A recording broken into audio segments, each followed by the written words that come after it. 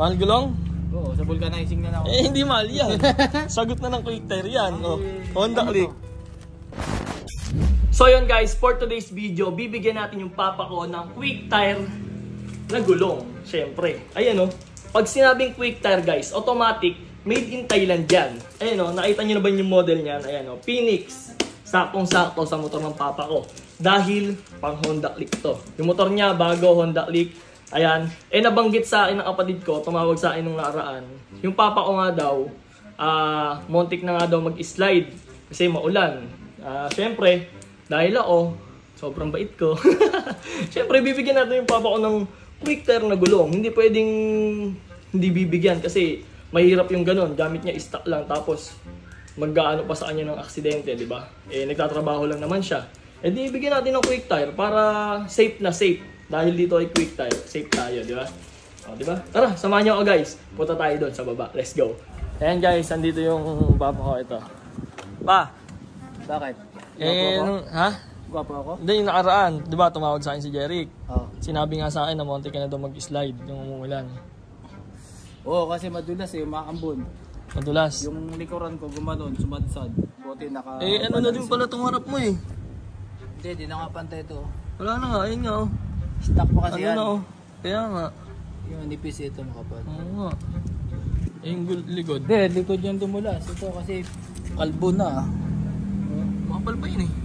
Hindi, Oo nga, yun dito. Kalbo na. Ito yung tumutukot eh. Oo nga, yun may ano po. May tusok pa. Oo nga. Eh, palitan na natin yan. Wala pa tayong award. Ha? Wala pang award. Hindi ka bumabiyahe?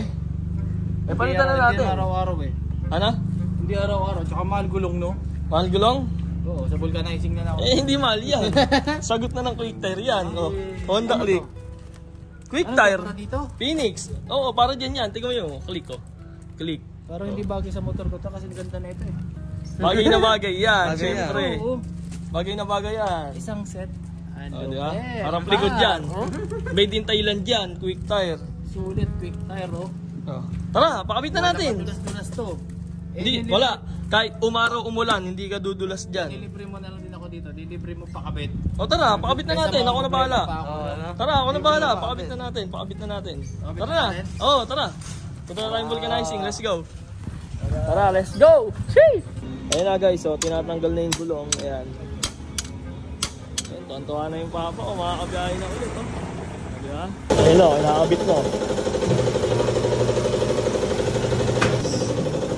Diba? Basic. Nakakabit na.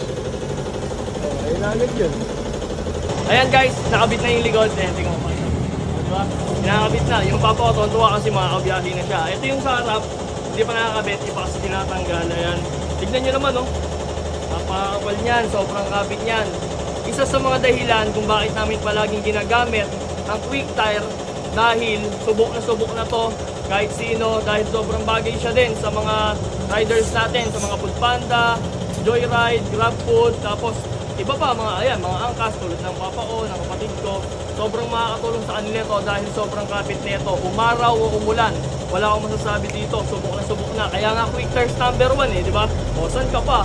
Kayo, kung pinag-iisipan nyo pa na magpapalit kayo ng gulong, dito na tayo, quick tires number 1 to. Let's go. Diba?